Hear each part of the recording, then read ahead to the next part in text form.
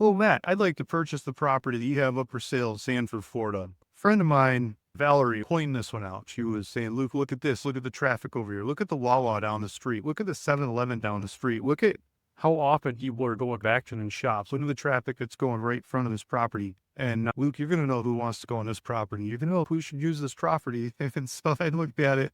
My friend Eric has also been calling about it. Eric's been calling you, and I've been calling you, Matt, asking questions about the property. You've been talking to him. I believe I called you the other day. You answered questions about the property too. I was asking about access, looking at it from a couple different directions. Doesn't look like you guys have ever done anything with this property. No historical uses to it.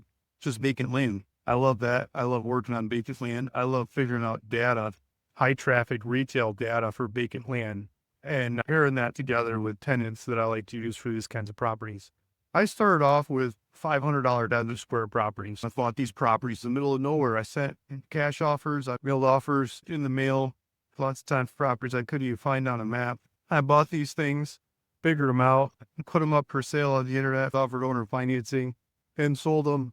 Some of them I added access, some of them added utilities, some of them I split, some of them I got more creative on. I did a heck of a lot of fixing of title issues and things, and eventually worked my way up to $1,000 properties and 2,000 and 5,000, 10 and 20 and 50. And as I kept going up and up in dollar sized properties, I kept getting closer to town, closer to people, more action, fancier houses, more businesses, better businesses, a lot better businesses, high ranking businesses next door, those kinds of properties. And I started getting into these high traffic retail properties, and I just got stuck dead in my tracks because I was used to selling these things by offering a better price and easier owner finance. And they don't sell with a better price and easier owner finance because you still got to find somebody that can use the property and knows what to do with the property. It wasn't until I figured that out and I started to realize that in a bigger way, that finding the right tenant for these kinds of properties allows the property to happen. And so in the offer that I'm offering you for this property, I'm asking for a little bit of time to talk to tenants that I know and I like to do deals with. One in particular, I just signed a lease with yesterday. And that lease I used from a different property, but I copied it from that property to this property. So I think I have the tenant for this property. I'm pretty sure that tenant will use this property. It's about getting the numbers right with them and making it go from there. So I would like to take your property to that tenant. I'd like to show it to him. I'll build it for you. I'll make it really easy and put them on the property and run with it. As soon as they say, "Okay, Luke, let's do it," I'll go close you as fast as I can. I'll go work out the details with it from there.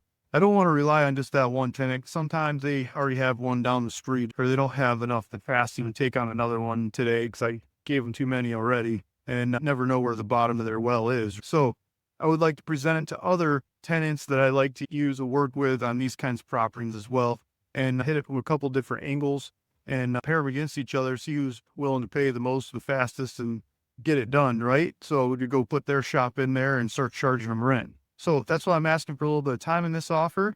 I think that makes vacant land happen when we have the right tenant. Without the right tenant, it's really hard to pull these off. And my experience anyway. Feel free to ask questions. My contact information's there along with the offer, as well as proof of funds. You can look up a bunch of properties I've worked on all across the state of Florida, lots of places, other states as well.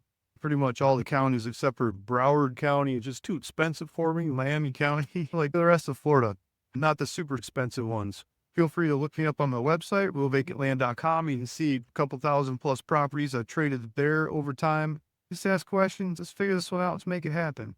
Thanks for listening. Thanks for watching. If you like the data approach to figure out these kinds of properties, I've got a little website you might like. It's linked in the description below. It'll take you back to my school community.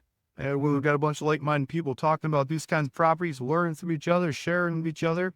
Collaborative approach to commercial real estate as team sport.